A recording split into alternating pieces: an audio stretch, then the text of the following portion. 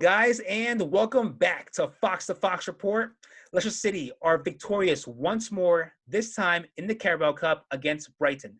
A game that ended in 2-2, but we go through the round of 16 because we won on penalties 4-2. Now, in the second half of this match, did I think that we're going to make it through? No, because our performance was just horrendous. We were playing very well in the beginning, and then we began to drop down to the level of Brighton, where it was a 50-50 match, thinking whether or not Brighton are going to turn this game around and go through. But anyways, before this match, we go into a different formation this time. 10 changes to our starting 11, and that formation goes with a 3-4-2-1. Danny Ward in goal. Our back three, we have Ryan Bertrand on the on the left, Jannik Vestergaard in the center, and Soyun Chu on the right. Our four midfielders on the left is Luke Thomas. In the center, Kieran Dewsbury-Hall with Hamza Choudhury, who is captaining the squad. And on the right is Campbell.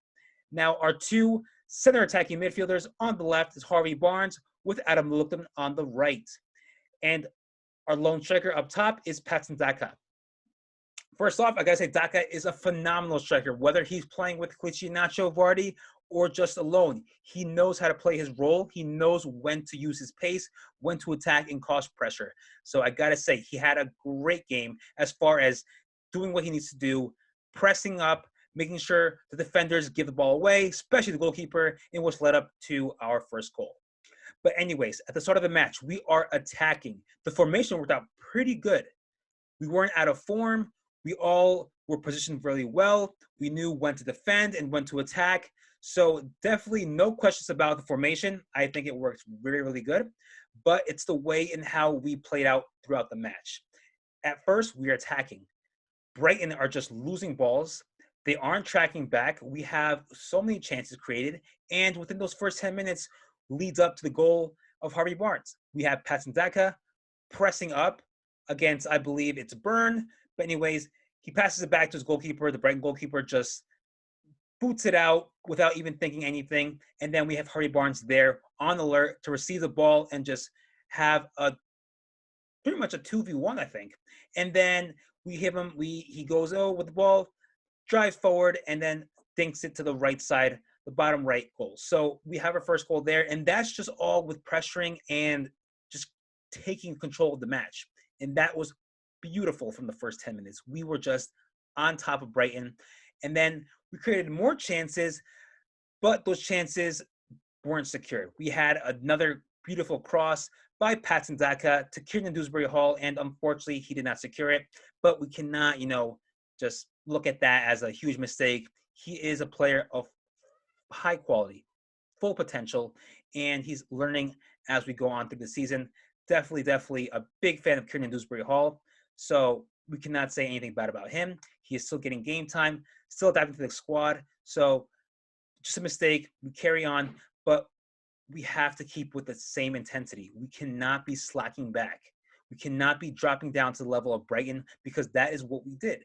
Towards now that second half of the first half, we were pretty much giving them chances to press up and just counterattack. We weren't really we weren't as motivated as we were within those first 15 minutes. We were just, giving the ball away, trying to create some chances, yet they weren't, they really never led into anything. And then we had that corner kick in which we had to defend. We have to keep on practicing on those set pieces. We have Jannik Vestergaard, who is, I don't know how tall, but he's tall. He's tall. And I don't know how he can't win those. Also, when it comes to defending, he just dives in.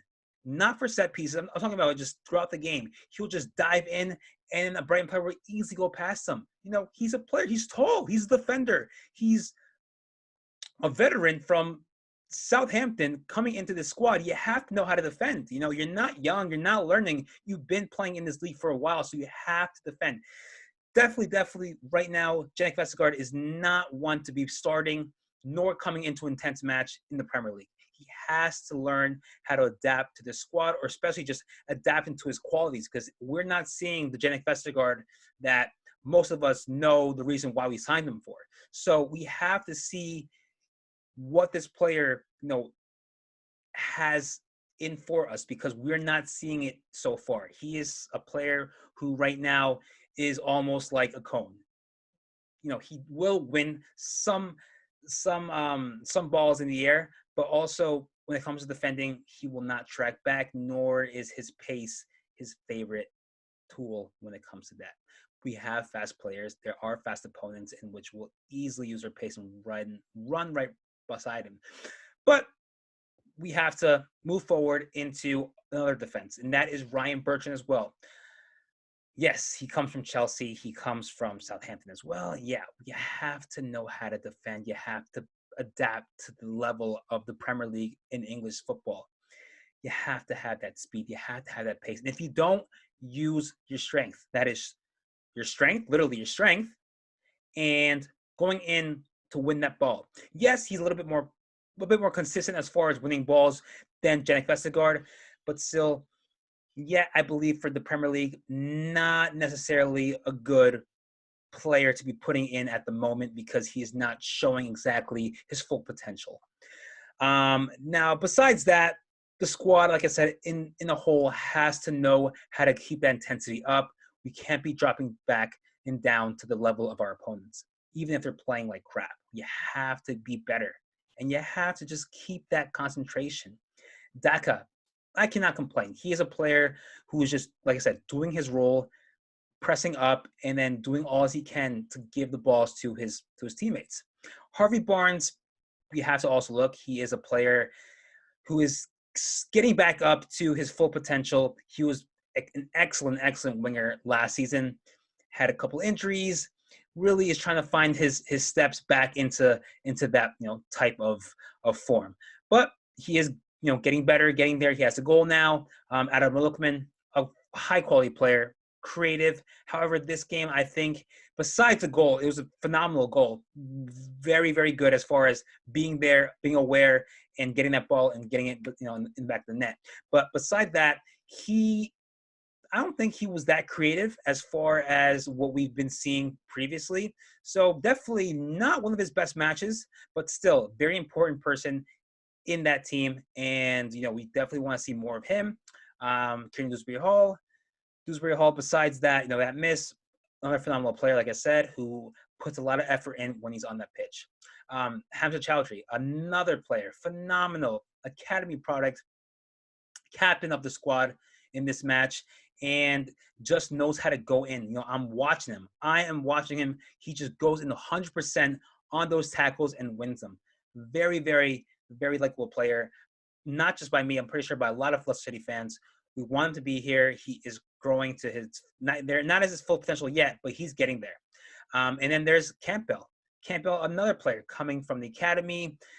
Pretty much, I don't think did he have any playing time. I don't think he had any playing time though this season. Just it was this match. I think it was his first start with the squad. No playing time in the Premier League.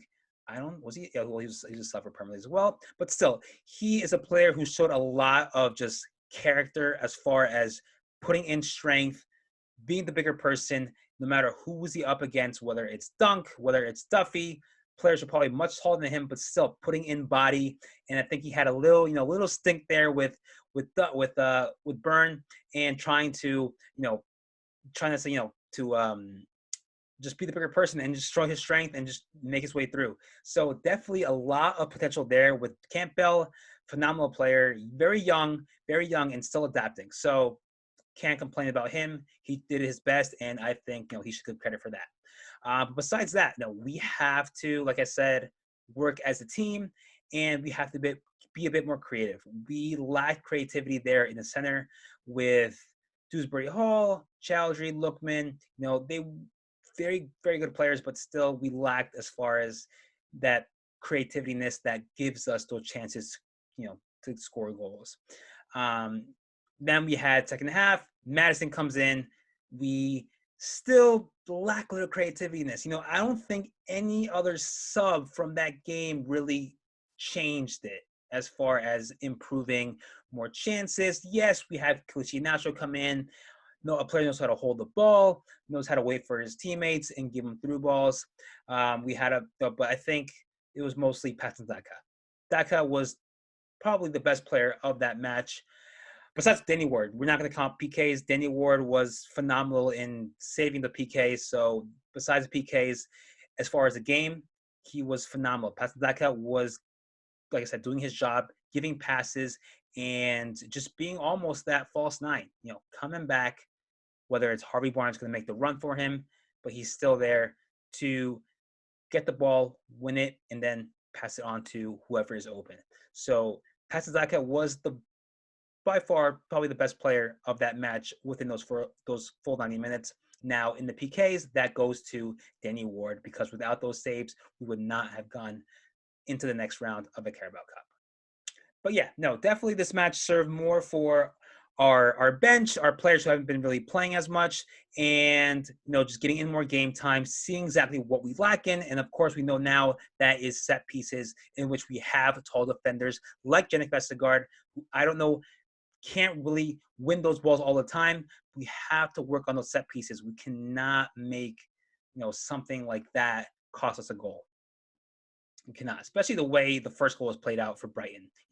Just a deflection off of, I don't know whether it's Vestergaard's head, whether it's whoever I think was Byrne, I don't know, some Brighton player heads it, and then we just left with a one-on-one open goal with another Brighton player there, and just Danny Ward just left just helpless. He just thinks it in. So, like I said, we have to work on those set pieces, learning how to defend them, as well as finishing. We had a couple of chances by Harvey Barnes. He didn't finish it. Kieran Dewsbury-Hall didn't finish it. But that's all for the training, and we have to, obviously, we always got to work on finishing. You can never, work too much on finishing. But besides that, yeah, no, it's just a game to keep on, keep our bench players, getting more playing time.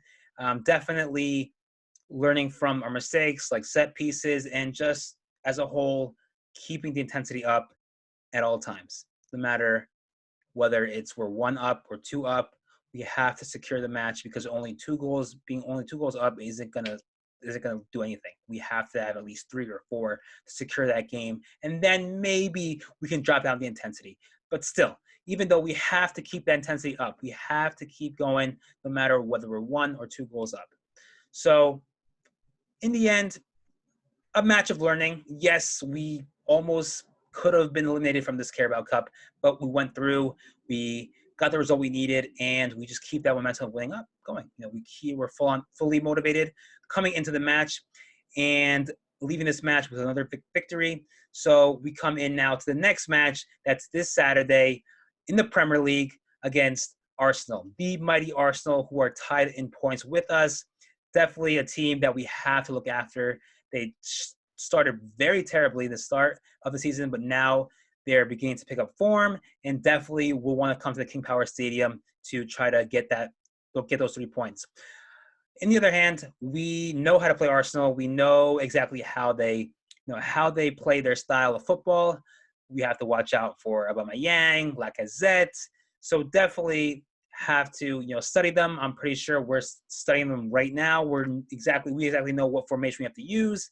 But in the end, Arsenal is Arsenal. They are a big club, and we have to exactly know what their strengths and weaknesses are. We have players, Daka, Vardy. We have our own strengths. We have our own weaknesses, and it's all about just preparing for that match and seeing how we approach it. But anyhow, that is all we have for this episode of the post-match review between Leicester City versus Brighton. Now we go on to the next match, that is Arsenal, and I'll see you then for the post-match review of Leicester City versus Arsenal. See ya.